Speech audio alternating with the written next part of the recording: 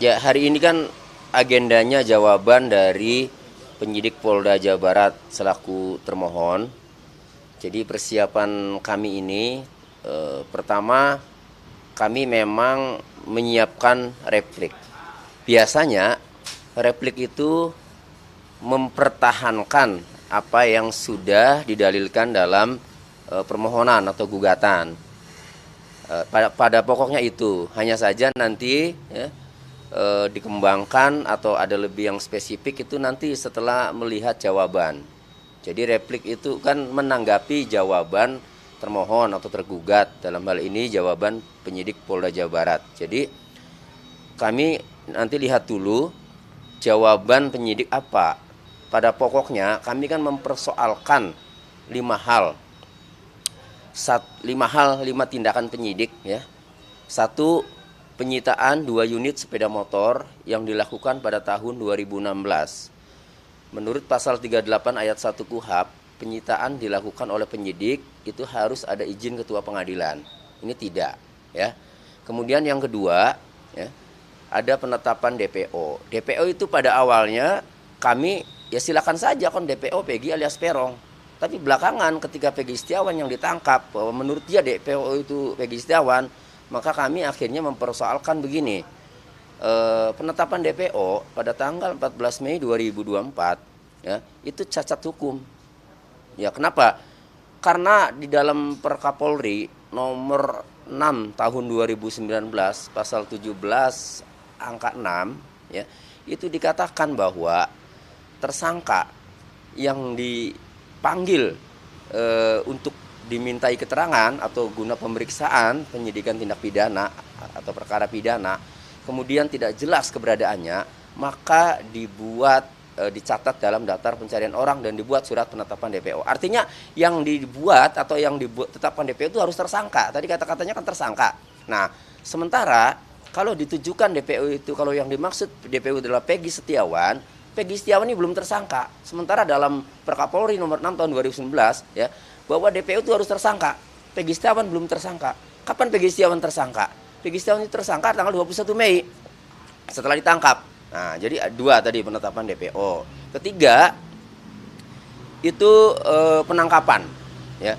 Nah, penangkapan ini juga harus melalui penyidikan dulu. Kenapa harus melalui penyidikan dulu ya?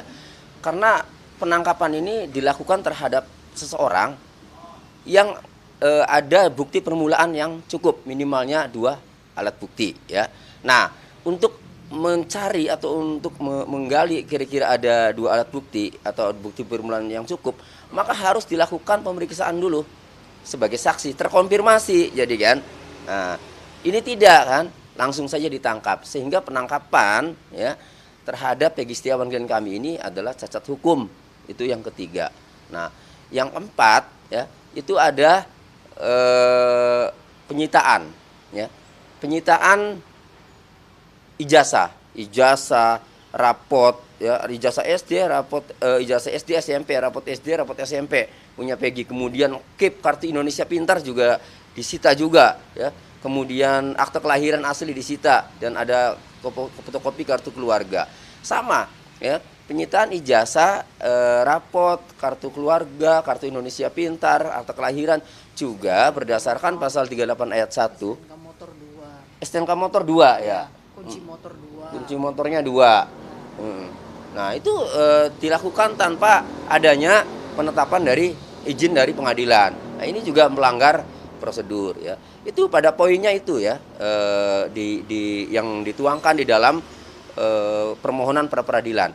Nah, hari ini agenda jawaban itu kami ingin tahu apa jawaban penyidik Polda Jawa Barat ya menanggapi gugatan kami ya.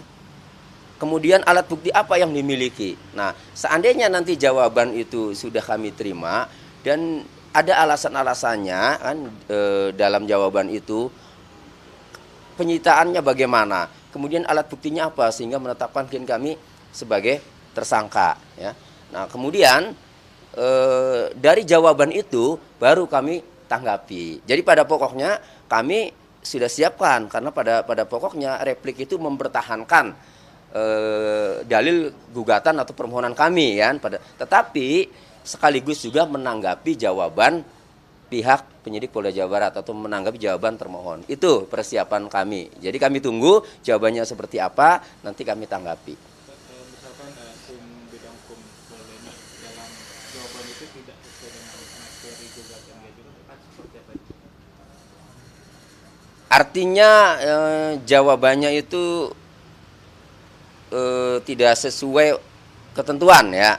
Misalnya alat buktinya ya ternyata tidak cukup ya. Kan begini, bagi penyidik kan percaya diri itu kemarin. Ya mungkin bagi penyidik sesuai prosedur. Kan kemarin juga disampaikan sama pihak penyidik kan bahwa penetapan tersangka, pada pokoknya penetapan tersangka yang dilakukan itu sudah sesuai prosedur. Ya silahkan, kan gini. Di dalam pasal 184 KUHP ya, itu alat buktinya itu harus jelas ya. Ada 5 alat bukti ya di dalam pasal 18 KUHP itu. Nah, yaitu 1 keterangan saksi, yang kedua ahli, ya, yang ketiga surat, keempat petunjuk, kelima keterangan terdakwa. Untuk menetapkan tersangka terhadap seseorang minimalnya 2 dari 5 tadi, minimalnya 2 alat bukti dari 5 tadi. Dan berdasarkan putusan Mahkamah Konstitusi nomor 21 tahun 2014, selain harus ada 2 alat bukti minimal ya untuk menetapkan tersangka, juga yang bersangkutan harus diperiksa dulu sebagai saksi sebelum ditetapkan tersangka. Nah, ini faktanya ya. Peggy Setiawan ini kan langsung ditangkap sebelum dilakukan pemeriksaan sebagai saksi, langsung ditangkap saja kan. Harusnya dipanggil dulu, diperiksa dulu sebagai saksi. Ini langsung saja ditangkap. Lah kalau kemudian ditangkap ada bukti ditangkap kan dia DPO. Ya, DPO-nya kan beda. Artinya kalau memang orang yang berbeda berarti kan orang yang dicurigai, belum tentu yang bersangkutan di DPO. Kalau orang dicurigai harus dilakukan penyidikan dulu, diperiksa dulu kan sampai ditemukan alat bukti, sampai ditemukan keyakinan kan. Nah, jadi ini tidak pernah diperiksa sebagai saksi dari 2016 sampai 2024 tidak pernah diperiksa sebagai saksi, terus tiba-tiba ditangkap. Nah, sementara putusan tiba-tiba ditangkap dan ditetapkan tersangka. Jadi ditangkap ditangkap siangnya, kemudian gelar ditetapkan tersangka. Ya.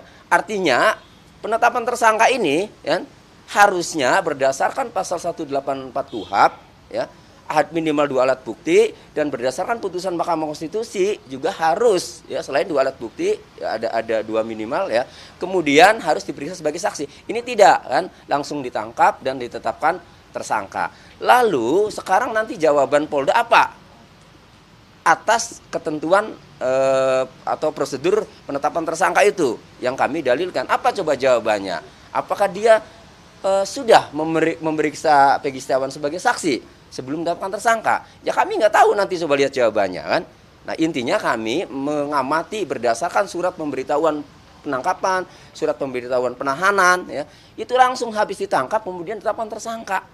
Itu sehingga kami meyakini ya penetapan tersangka terhadap Peggy Setiawan ini cacat hukum dan tidak sah gitu. Pak, tadi kan selain hari ini kan biasanya ada sidang pembuktian. Kalau dari tim kuasa hukum Peggy sendiri, apa siapa saksi ahlinya dan berapa saksi nanti untuk besok?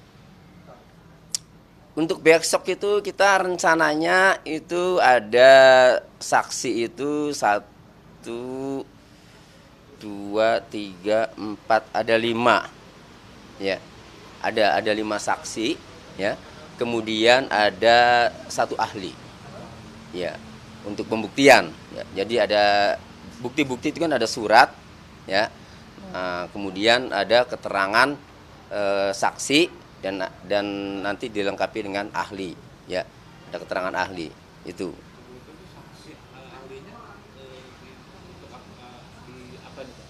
Ahli yang kami hadirkan itu, nah nanti gini, kami lihat dulu jawaban.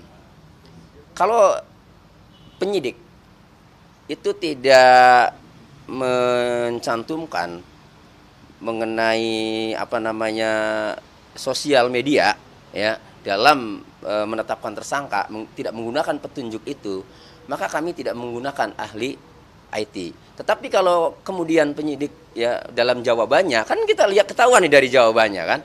Nah, penyidik misalnya ada berhubungan dengan IT, media sosial ya sebagai petunjuk menetapkan klien kami sebagai tersangka, maka kami juga menghadirkan ahli IT selain ahli pidana. Kalau ahli pidana pokok, karena ahli pidana itu ahli yang akan menjelaskan bagaimana proses ya penyitaan secara hukum, prosedur penyitaan, bagaimana prosedur DPO, bagaimana prosedur penangkapan, bagaimana prosedur penyitaan setelah itu penggeledahan dan seterusnya, itu ahli pidana.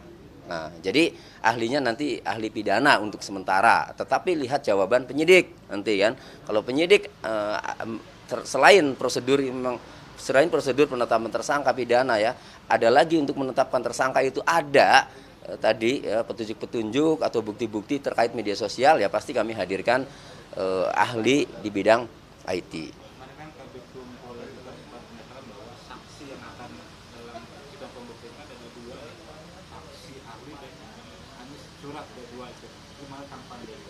Ya, jadi pembuktian yang akan diajukan oleh termohon penyidik Polda itu kan hanya ahli ya, hanya ahli. Nah, sama surat pembuktiannya kan surat ya sama keterangan ahli. Nah, ini kan jadi bertolak belakang ya. Jadi dengan bertolak belakang dengan keterangan Kabid Humas Polda Jawa Barat pada saat konferensi pers. Beliau kan menyampaikan bahwa penetapan tersangka terhadap PS kata dia, itu kan berdasarkan pengakuan atau keterangan saksi ya, diantaranya itu kan AF dan ada terpidana. Lah hadirkan dong. Ya kalau yakin ya berdasarkan keterangan saksi AF dan terpidana hadirkan. Jangan ahlinya saja. Kalau tidak dihadirkan, kami menduga takut. Ya, takut apa? Takut saksi itu dicecar, dimintai keterangan ya, apalagi di live di media ya. Takut terbongkar karena selama ini yang muncul ya berita-berita itu, pengakuan-pengakuan itu banyak saksi ya yang dikondisikan. Jadi seperti misalnya Sudirman ini kan dan teman-temannya itu yang dipidana, yang sudah menjadi terpidana itu kan belakangan muncul pada saat ditangkap itu kan mereka mengaku dianiaya. Mereka mengaku karena sudah tidak tahan. Jadi mau nggak mau ngaku. Tapi kali ini beda ya, ini akan terbuka sehingga ya hemat kami kalau dihadirkan pasti akan menjawab jujur. Terutama menerangkan Peggy. Untuk dirinya sendiri aja pasti kami tanya sebenarnya terlibat atau tidak, walaupun ada putusan. Tapi boleh namanya dia jadi saksi ya kita tanya kan. Nah, kemudian yang kedua kaitannya dengan Peggy, kalau dirinya saja Sudirman tidak terlibat sebenarnya yang sebenarnya ya, maka apalagi menyebut Sudirman. Nah, untuk AF ya, itu kan kesaksiannya janggal. Ya, waktu itu. Nah, karena melihat jarak 100 meter tapi kok bisa mengidentifikasi pelaku ciri-cirinya? Kan ada dua kemungkinan, bisa jadi kesaksiannya bohong, bisa jadi juga dia juga ada di TKP dan terlibat, bisa jadi. Kalau memang mengetahui semua, makanya kalau dua-duanya itu hadir ya pasti akan terbuka, akan jadi terang benderang nanti. Cuma ini kan tidak dihadirkan, ya mungkin ketakutan.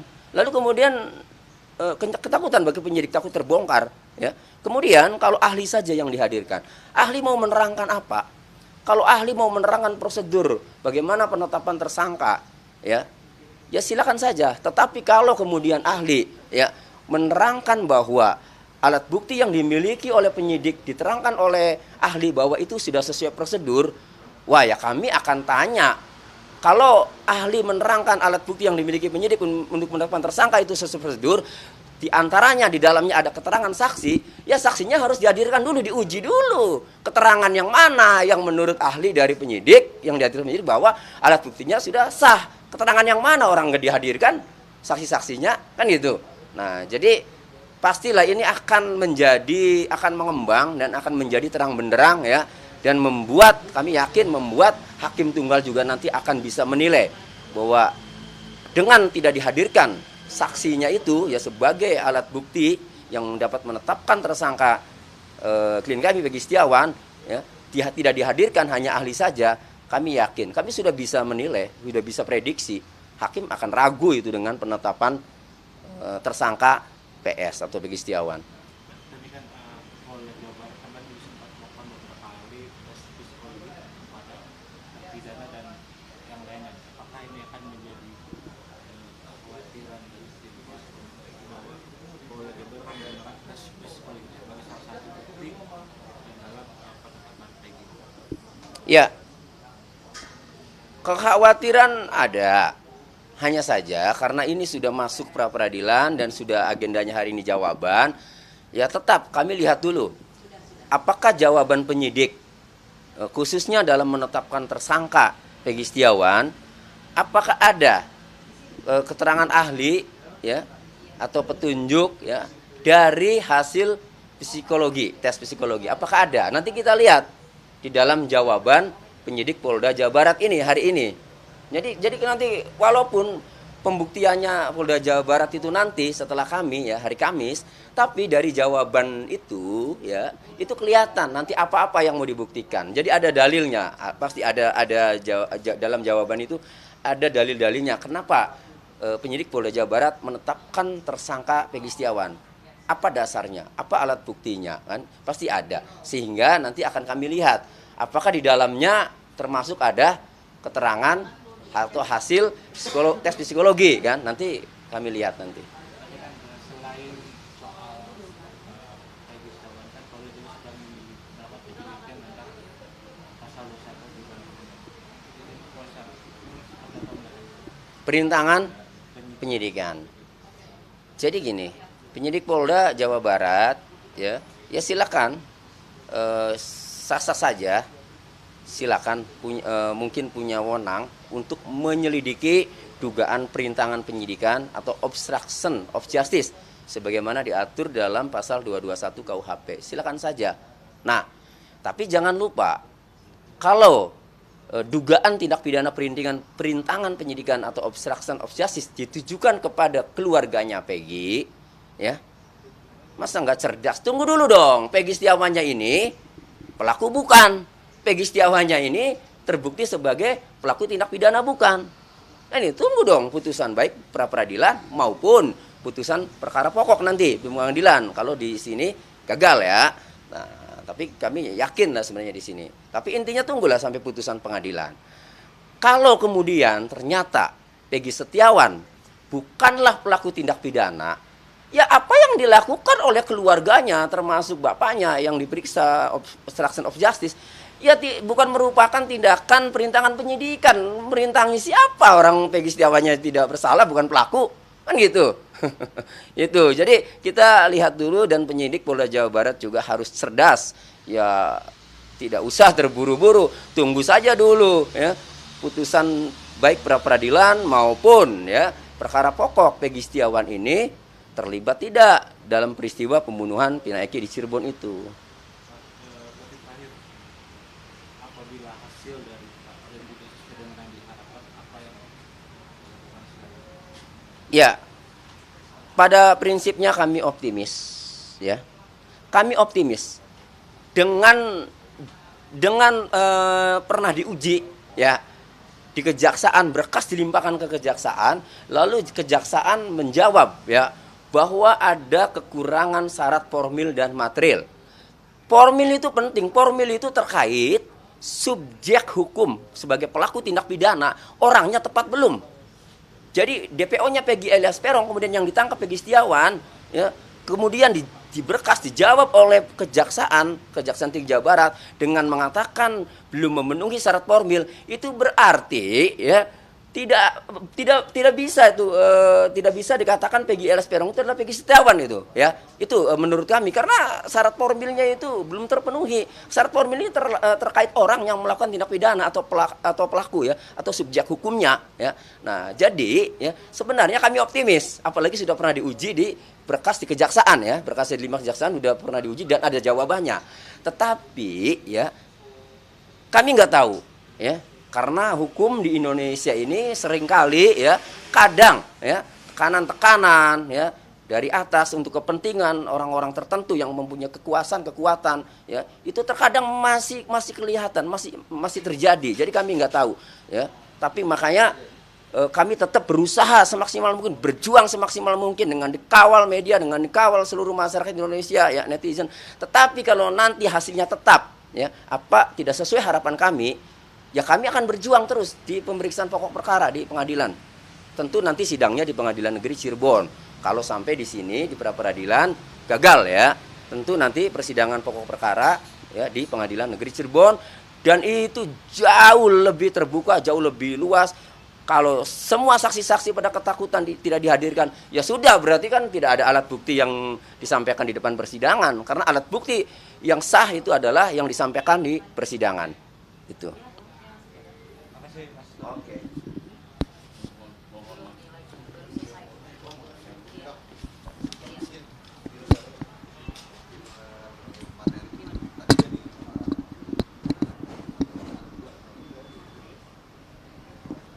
Ya belum. Saksi. Alat bukti penyidik. Ya belum, nanti jawaban hari ini.